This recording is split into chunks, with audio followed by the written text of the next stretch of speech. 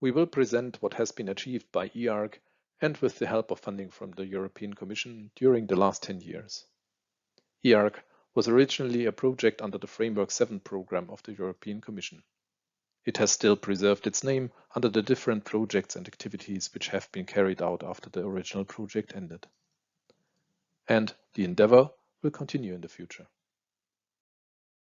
In the following, we will first explain the background of eArch 3 and the CEF and building blocks.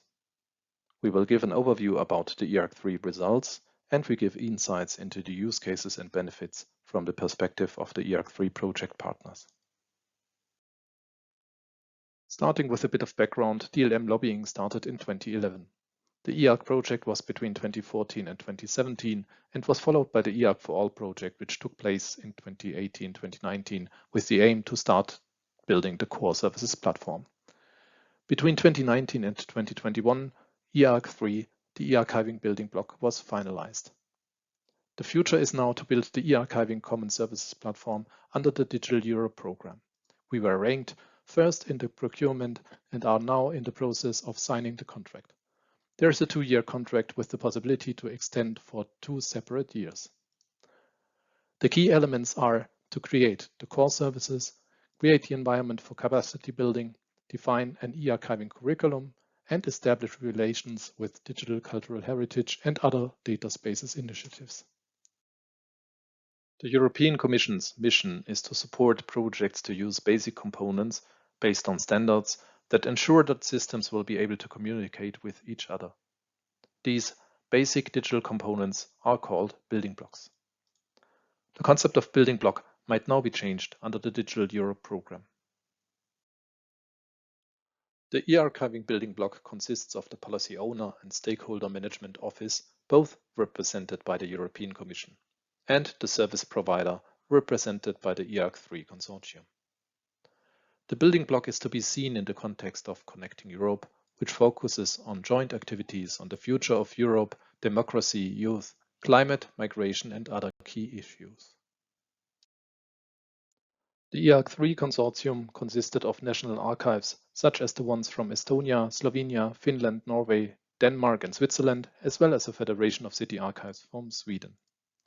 Then there are universities and research institutes, such as the Southeastern Finland University of Applied Sciences, INESC ID from Lisbon, and the AIT Austrian Institute of Technology. Technology providers are Keep Solutions, ES Solutions, and Pickle. Further, there are private consultancy companies such as GOR, Polyphon, Gabinette, and Highbury. And finally, there are community organizations such as the Open Preservation Foundation and the DLM Forum. So what was the eArchiving building block in the context of eArch 3? First, there were standard specifications. The eArch Common Specification for Information Packages provided standards for submission, archiving, and dissemination. Then there was a standard for relational databases in form of the CIAT standard, for geodata in form of the INSPIRE directive, and for eHealth, some preparation for future work was done. Regarding sample software, a relational database archiving and reuse tools were created, pre-ingest and zip creation tools, long-term repository solutions, and an online validation tool was set up. Regarding support, the service desk has been established, training and user guides were prepared, the knowledge center was created, and the eArch general model was put in place. Regarding onboarding and follow-up, there was awareness raising, conformance and compliance, a maturity assessment service was prepared, and webinars and workshops were held. So what are the benefits of eArchiving? It can ensure a high level of security by using standards. It guarantees interoperability to package and transmit archival data between different systems. And it can ensure the digital archival systems are scalable from small to large. And how did the building block help here? It offers a set of standards and sample software. It gives access to a community for knowledge sharing and the latest digital preservation and archival technologies. And it includes consultancy and training in digital preservation risks and their mitigation. One of the success stories was the EU Publications Office. They were facing the challenge to preserve law information with e-signatures in the long term. The solution was to implement archiving standards such as OIAS, METS, Premise with support from the eArchiving building block. The eArchiving service helped with specifications, validation, open source software, conformance and support services, as well as the community. Another success story was DigiPres, which needed a performant digital archive to process many small information packages.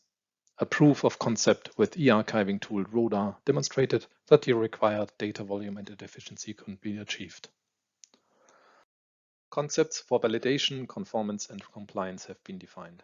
Validation is a yes-no type of test against a set of validation rules.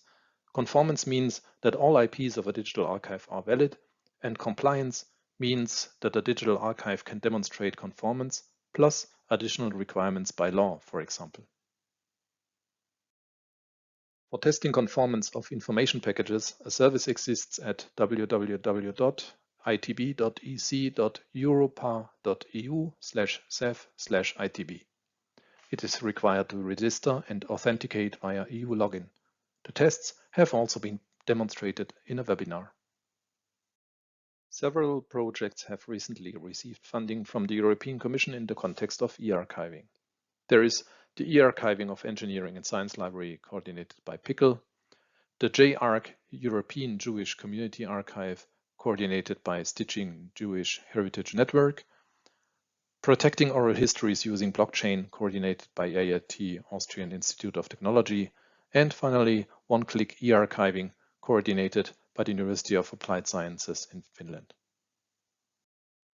The first project is the eArchiving of Engineering and Science Library led by PICL. The main objective of this action is to adopt existing digital archives and repositories in engineering and science and apply common specifications for information packages established under the eArchiving building block.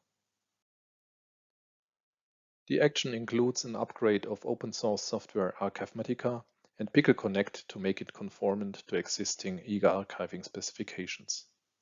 In addition, the user needs and requirements of data owners will be identified and detailed to support the development of eArchiving specifications for their workflows by using the open source digital archiving and preservation services and tools such as Archivematica and PICL Connect. The second project is the eArk European Jewish Community Archive. The objective here is to deploy a community-driven approach to long-term integrity and accessibility of heritage materials in line with the specifications provided by the eArchiving building block. European Jewish Community Archive will bridge the gap between Jewish community archives and technology providers with the means to provide infrastructural service, support, and advice. The action will create eArk, a comprehensive long-term digital repository solution for small and mid-size Jewish heritage stakeholders. It will offer cloud services to ingest, preserve, and distribute a wide range of materials, interviews, recordings, documents, etc. The third project is Protecting Oral Histories using Blockchain, led by the IIT Austrian Institute of Technology. The goal of the project is to archive oral history of people's memories, feelings, and attitudes. ProHub will make use of the European blockchain service infrastructure to implement a trusted data sharing approach together with the data archiving principles and standards provided by the eArchiving building block. Finally, there is One-Click eArchiving led by the Southeastern Finland University of Applied Sciences. The goal is to build a simple-to-use one-click solution which allows users to convert their existing archival data into an eArch-compatible format and to enrich metadata, making use of data sources such as Europeana, Finna, or other open data sources. We will now have a look at eArch results, what has been achieved so far, and what exists as a basis for future work. Many activities have been initiated by the eArch coordination. First, there was a high impact of outreach events. In 2021, there were several key events organized by both the eArchiving building block and CEF, including eArchiving in Action, the Trust Café, and the Digital meetings. eArchiving was strongly recommended. Second, there was a step change in onboarding response.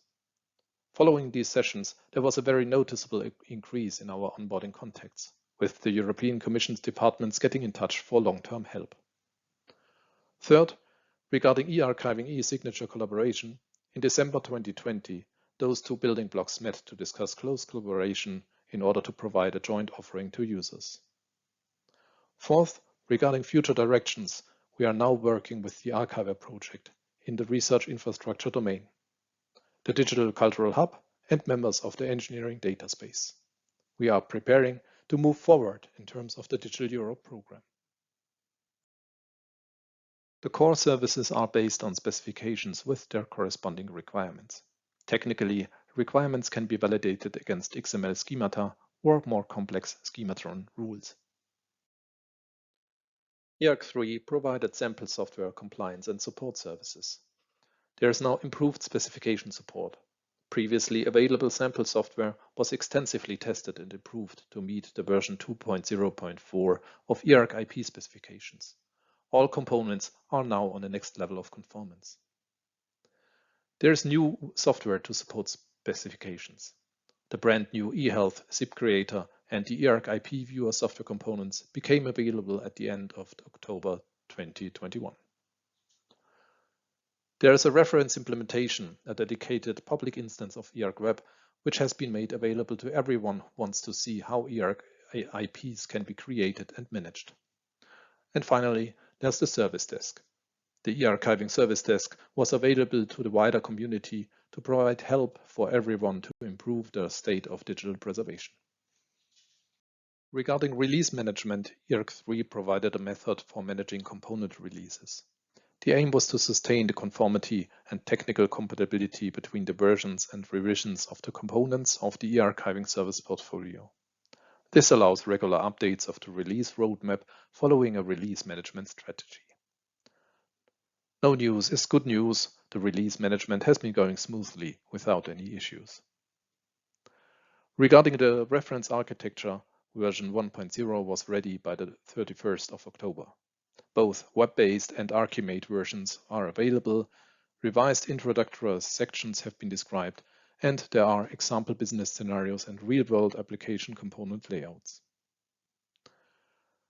To infinity and beyond, the work continues. Further ideas are archival by design approach, OAS gap analysis, and requirements.